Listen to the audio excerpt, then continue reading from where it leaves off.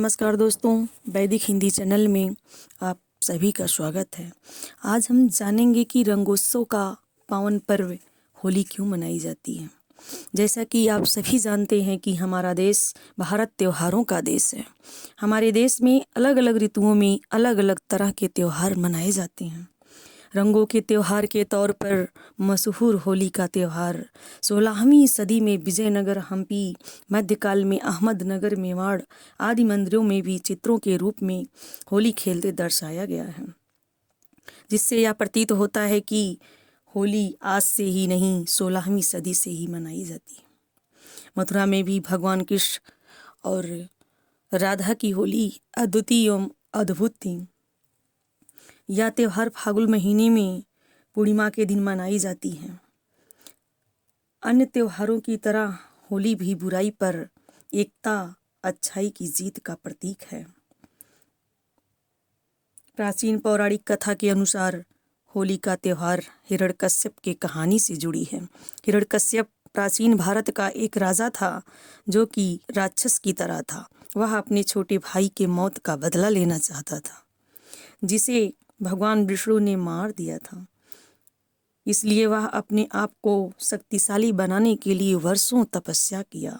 आखिरकार भगवान ब्रह्मा ने उसे वरदान दे ही दिया कि तुम्हें अंदर बाहर धरती आकाश में कोई मान नहीं सकता, जिसके कारण वह अपने आप को भगवान समझने लगा और अपने आप को भगवान के रूप में पूजा करने को कहता था।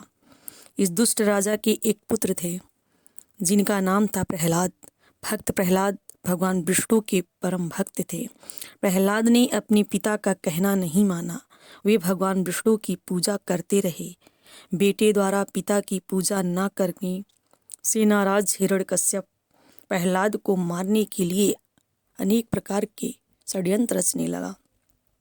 मारने का अनेक प्रकार का प्रयास असफल होने के बाद उसने अपनी बहन होलिका से सहयोग लिया।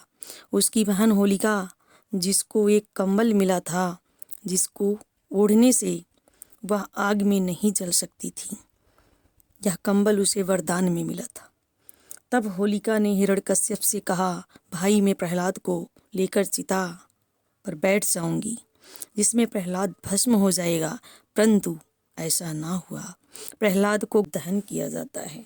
यह त्यौहार भारत के कई प्रांतों में कहीं वसंत पंचमी के नाम से, तो कहीं काम महोत्सव के नाम से, तो कहीं होली के नाम से जाना जाता है। शिक्षा। इस त्यौहार से हमें शिक्षा मिलता है कि कोई भी सत्य के विरुद्ध षड्यंत्र रचकर कोई सत्य का अंत नहीं कर सकता। हार असत्य की ही होती है। विधान है कि जो दूसरों का बुरा करने को सोचता है उसका खुद ही अंत हो जाता है। संसार का कोई भी शक्ति ईश्वर की शक्ति से टक्कर नहीं ले सकती। मैंने भी ये देखा है कि ईश्वर कितना उदार है, अपनी बुरा चाहने वालों को भी क्षमा कर सकता है। जो दूसरों को दुख देकर हंसता है उसे होनी स्वयं रुलाती है। जिस प्रकार बिच्छू को ये ज्ञान नहीं होता कि उसका डंक दूसरों के चुभने से पहले उसे भी चुभ सकता है, ठीक उसी प्रकार अभिमानी अज्ञानी प्राणी भी होता है। धन्यवाद। इसी तरह की वीडियोज पाने के लिए कृपया मेरे चैनल को सब्सक्राइब करें, लाइक करें, कमेंट करें और बेल आइकन प्रेस करना ना भूलें। मिलते हैं किसी और वीडियो के साथ। तब तक के लिए आपका दिन शुभ हो, रात्रि मंगलमय हो। जय हिंद, जय हिंदी।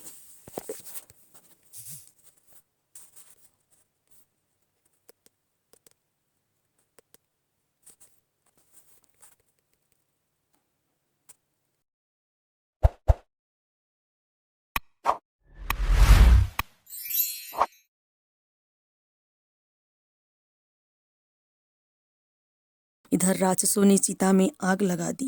भक्त प्रहलाद आंखें बंद करके हरि के सुमिरन में बैठ गए। भगवान विष्णु के आशीर्वाद से होलिका का कंबल उड़ गया, जिससे होलिका अग्नि में जलकर भस्म हो गई और प्रभु की माया से प्रहलाद बच गए। इसी दिन से देश में होलिका दहन की प्रथा शुरू होती है। इस दिन लोग जलती होलिका में चने, जौ, तीसी आदि भूनते हैं। भूनकर देवताओं को पहले आहुतियाँ देते हैं। इसके बाद प्रसाद स्वरूप इसे अपने अपने घरों में लाते हैं। लोगों का मानना है कि इसे घर लाने से घर में सुख, शांति, समृद्धि आदि बढ़ेगा और नकारात्मक ऊर्जा का नाश होगा। होली का वैज्ञानिक कारण भी है। होलिका दहन वैज्ञानिक कारण पर पूर्णतः आधारित है। शीत ऋतु समाप्त होते ही ग्रीष्म ऋतु का आगमन होता है। ऋतु बदलने के कारण शरीर पर अनेक प्रकार के रोगों का आक्रमण होता है, जैसे हैजा, खसरा, चेचक आदि। संक्रामक रोगों को होलिका का भस्म वायुमंडल में ही भस्म कर देता है। इस कारण होलिका दहन किया जाता है। यह त्यौहार भारत के कई प्रांतों में कहीं वसंत पंचमी के नाम से, तो कहीं काम महोत्सव के नाम से, तो कहीं होली के नाम से जाना जाता है। शिक्षा। इस त्यौहार से हमें शिक्षा मिलता है कि कोई भी सत्य के विरुद्ध षड्यंत्र रचकर कोई सत्य का अंत नहीं कर सकता। हार असत्य की ही होती है। विधान है कि जो दूसरों का बुरा करने को सोचता है उसका खुद ही अंत हो जाता है। संसार का कोई भी शक्ति ईश्वर की शक्ति से टक्कर नहीं ले सकती। मैंने भी ये देखा है कि ईश्वर कितना उदार है, अपनी बुरा चाहने वालों को भी क्षमा कर सकता है। जो दूसरों को दुख देकर हंसता है उसे होनी स्वयं रुलाती है। जिस प्रकार बिच्छू को ये ज्ञान नहीं होता कि उसका डंक दूसरों के चुभने से पहले उसे भी चुभ सकता है, ठीक उसी प्रकार अभिमानी अज्ञानी प्राणी भी होता है। धन्यवाद। इसी तरह की वीडियोज़ पाने के लिए कृपया मेरे चैनल को सब्सक्राइब करें, लाइक करें, कमेंट करें और बेल आइकन प्रेस करना ना भूलें। मिलते हैं किसी और वीडियो के साथ। तब तक के लिए आपका दिन शुभ हो, रात्रि मंगलमय हो। जय हिंद, जय हिंदी।